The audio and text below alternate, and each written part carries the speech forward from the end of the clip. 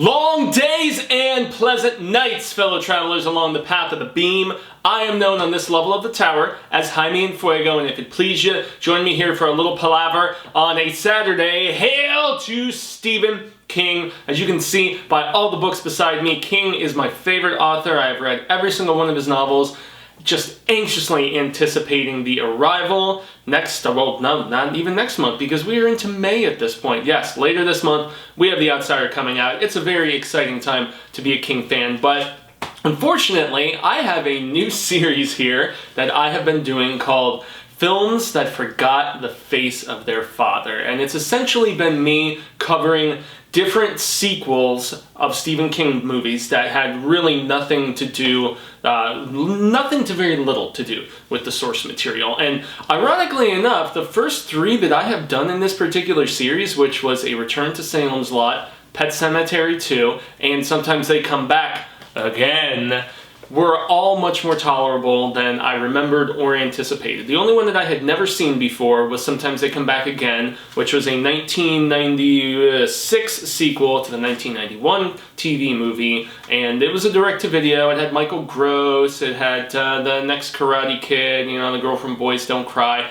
and, you know, it ended up being nowhere near as bad as I anticipated. You know, it's not a good movie by any stretch of the imagination, but, you know, Sometimes They Come Back Again was at least fun enough. There was, there's a cool, like, kill scene with, like, throwing cards, Gambit style and stuff. If you guys want to see my review on that film, it is here on the channel, and it's in the Stephen King themed episode playlist that we have here on the horror show. But, so, as I continue going through the chronological order of the release of these sequels, now just FYI, I am not doing the Children of the Corn series because of the fact that we have already reviewed Children, at least the first few Children of the Corn films up through Urban Harvest, myself, Cecil Laird, Marsha Parker, so we will be continuing to go through those separately as time goes on, so you will see those here on the channel at some point in time, and oof, boy, those are pretty bad. The Final Sacrifice, Urban Harvest. I really like the remake of Children of the Corn, but Runaway, the new one, was just god-awful. But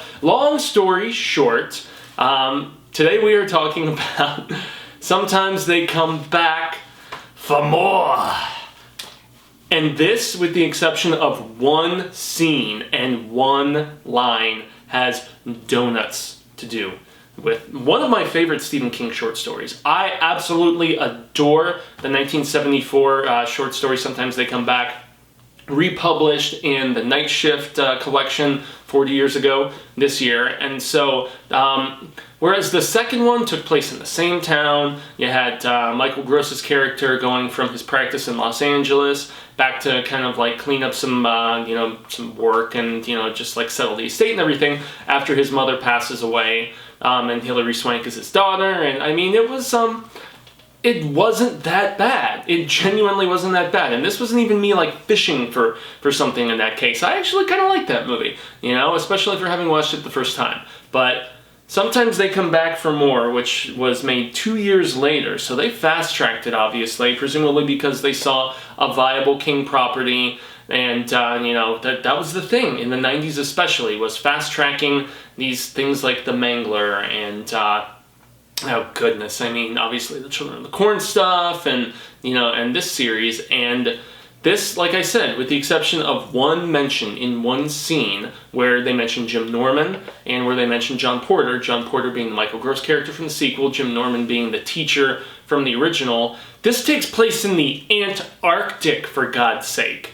And you've got this guy, and he was a bit player in a few things. He was in he was in The Relic, and he was in like April Fool's Day and stuff, but smaller parts. And he's the lead, this guy named Sam. And then you've got him and actually the chick who played Lita, and Lita from the Bajoran girl, who was in just a dozen or so episodes on DS9, but wow, was she so supremely foxy. Chase something. She also sings or whatever. But yeah, so basically, Lita from DS9, him and her and the Sam character who I just mentioned, they travel to investigate a remote Antarctic site that doubles as an illegal mining operation. It's supposed to be a military outpost. It's it's terrible writing, and there's apparently, like, one of the guys has gone crazy and killed pretty much all of the other crew there, and so they send these two, military police, as they call themselves, in to investigate the situation. And when they get there, there's two characters that are there, and everybody else is dead. The two characters that are there are, you've got, like, Corky, I think her name was, from Murphy Brown, the blondie, and then you've also got this guy who you have probably seen him in so many different things. His name is Max Perlich, and he, like, had a small role in Ferris Bueller. He was also in, like, Can't Buy Me Love, and Drugstore Cowboy, and Maverick, and Blow, and My Name is Earl, and I mean, you've seen him in a ton of different things, but he is garbage. Absolute garbage in this movie. And, you know, here on the horror show, whenever, like, it's odd and a rarity when I am just genuinely pissed off by a movie. This movie pissed me off with how terrible it was. It really, really did. And it was definitely not one of those so bad it's good scenarios either. This was an awful movie. This was like a masterclass in everything bad you can do with a film, you know? And so we always give overall impressions, we give critiques about the storytelling, acting, effects, music, whatnot. You've already heard my consensus. This movie, dog crap, dude. Serious. I mean, and it's not Labrador either, like, you know, Cheech and Chong are into, man. This movie is so bad. This is the type of terrible that I thought upon a rewatch of Return to Salem's Lot or Pet Sematary 2, or even the aforementioned Sometimes They Come Back Again would be. This is, like, basically, this type of film is why I started this series. I mean, it's almost like my Stephen King version of, like, a Stuckman Hilariosity kind of thing, because this movie was, I was laughing at certain points. It was so flipping bad. And yeah, so the story, as I've already mentioned, you know, the Sam character and you know, the hottie who played Lita, you know, the Bajorn from DS9, they arrive at the facility, they find Corky and dude from you know, all of those little bit roles, you know, playing very much an Italian kind of guy, even though he's very obviously he's from Ohio. I don't know, but long story short, they are trying to figure out why, you know, there's gaseous fumes from this mine that they've been investigating, and the really crappy thing is that in the first hour of this movie, nothing happens. Seriously, nothing. You've got the dude who is just acting so poorly, you know, the Max Perlich guy. He is just screaming about how they need to leave the facility over and over and over, scene after scene after scene. And he's like garbling his words, and he's just, I mean, I guess Corky from Murphy Brown is not that bad, but pretty much everybody else, I mean, you know, Lita's not around for very long, unfortunately, and so that's kind of a disappointment, because she still looks super babe in this, you know. I think she was still on DS9 at the time that this was made, but essentially this entire movie, compared to Sometimes They Come Back Again, that had, like, decent acting talent in it, this one is just bad across the board. And I know Corky was, you know, nominated for some, like, Emmys and stuff for Murphy Brown, and she's the decent actress, but I mean, the acting is really, really poor in this. And once again, the fact that there's nothing transpiring for like the first hour until somebody finally gets a pole stuck through them. There's some scenes where they try to build some tension, you know, because this Sam lead character, he apparently has like some dark past that they keep hinting at, and yet really not giving you a lot of clues. And I will say that story-wise, that is one of the more interesting things when they finally reveal, spoilers, that him and the guy who kind of went crazy and killed everybody at the station and at this base, you know, they're both brothers and they're half-brothers, they have the same father, and they're both sons of Satan. This has nothing to do with Stephen King. Seriously, if not for those mentions of Porter and Norman, there is like, this has no right even putting the Stephen King name on it. The fact that in the credits they say, based on characters created by Stephen King. Where the hell are they? They're mentioned once in one scene, just to, you know, reaffirm that point. And, yeah, I mean, bad story, bad acting and bad set design. I mean, really, they're at this military compound, Antarctica, whatever, but I mean, there's nothing really that interesting there. It's just they're hanging out in like the food hall most of the time, and once again arguing about how they need to leave, and there's just people yelling at each other, overacting. Like there's no natural acting in this movie. It's all overacting, yelling, or just, you know, underacting and garbling your words, like I told you. And once again, Corky from Murphy Brown is really the only one who kind of seems like she knows what she's doing. But even in the third act, when stuff gets heavy and all those stupid reveals that I told you about with the half-Satan brothers and opening portals to hell in this mine and everything, this has nothing to do with the sometimes they come back mythology. And even those comparisons with, you know, Gross's character and then Jim Norman from the original source material, they never give any additional explanations as to why. I almost feel like those two names were just thrown in that one sentence so they could pretty much tag on the Stephen King name on a film that had no right even being associated. It just...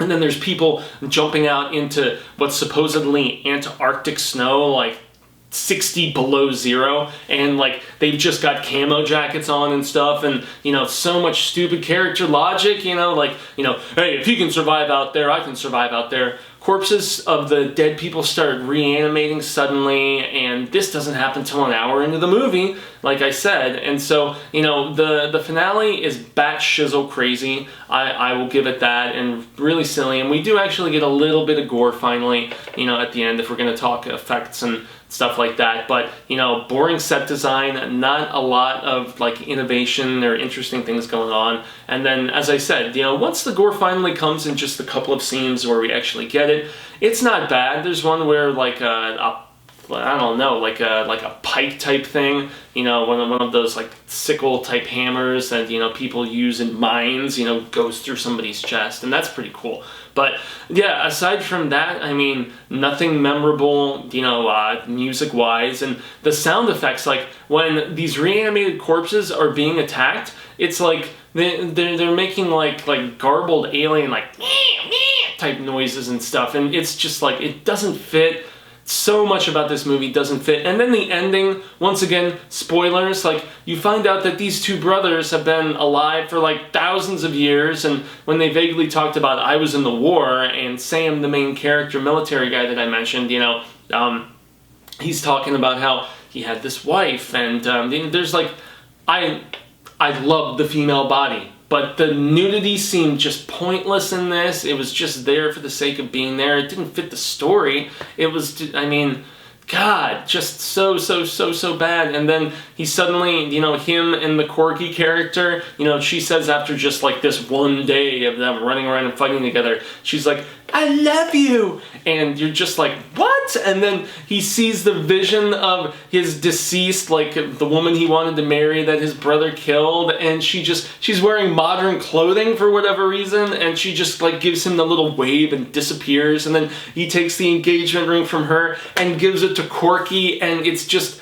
this movie is, speaking of something that rhymes with Corky, corny. Everything about this was corny, poorly executed. This movie sucks, man, and you guys rarely get to see Fuego rail off about something, especially here on Stephen King, but yeah, this is the first one that really lived up to just the terrible approach that I thought that I was going to see on all of these films that failed to, you know, remember the face of their father. So, yeah, you know, films that forgot the face of their father, this was the first clear-cut example of that. There's still quite a few more to do. We have The Mangler 2 and Mangler Reborn. We have Firestarter Rekindled. We've got The Rage Carry 2.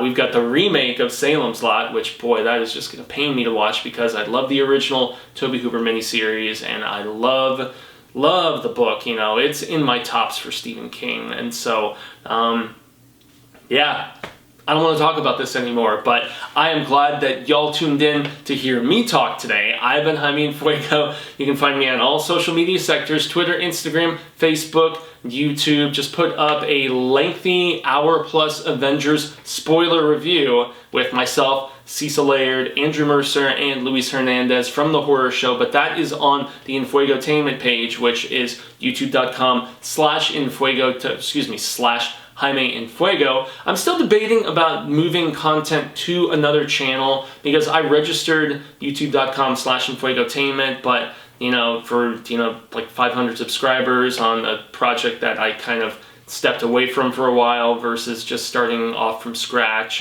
I really don't know. What do you guys think? Let me know in the comments below. Let me know in the comments below if you have seen this film or if you would ever even lose 90 minutes of your time watching it, if you just for the hilarious aspect of it, if I'm going to make the Stuckman hilariosity reference again. But I can't even recommend watching this for like humor's sake. It's just that bad. But make sure that if you have not subscribed yet to the Horror Show channel and you dug what you saw today, please do so. Ring the bell so that you get all the notifications about every Tuesday and Saturday when I do this particular program in the evenings. I guess that's about it. And I really just am so upset. Like, I need to go drown myself in tequila after watching this horrible movie just to strike it from my mind. So until the Wheel of Ka comes around once more, hasta luego sin amigos, constant viewers and readers, obviously. I hope that we get to reconnect sooner rather than later. And until then, remember, stay scared. And obviously don't watch this. Just read Stephen King, for God's sake. Read the short story. Sometimes they come back because it's tremendous.